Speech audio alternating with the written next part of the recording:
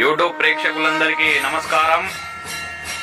శత్రువులు మీకు ఇబ్బంది పెట్టినట్లయితే ఆ శత్రువుల బారి నుంచి మీరు ఏ విధంగా కాపాడుకోవాలి, ఏ మంత్రమును జపిస్తే శత్రువుల బారి నుంచి మీకు ఉన్న ఇబ్బందులు గాని, చికాకులు గాని, ఇంట్లో సమస్యలు గాని తొలగిపోతాయో ఈ మంత్రమును మేము ఇప్పుడు మీకు చెబుతాము. ఓం నమో భగవతే నిర్గుణ పరం జ్యోతి పరబ్రహ్మణే బ్రాం హ్రీం హ్రోం రాం రోం అమృత రూపిణే గర్భవృందనే హరిణే శ్రీ శ్రీ పరచుం కురు కురు స్వాహ. ఈ యొక్క మంత్రాన్ని జపించేటప్పుడు ఒక పరాయి స్త్రీ గాని లేదా పరాయి పురుషుడితో గాని తప్పుడు సంబంధం పెట్టుకోకూడదు.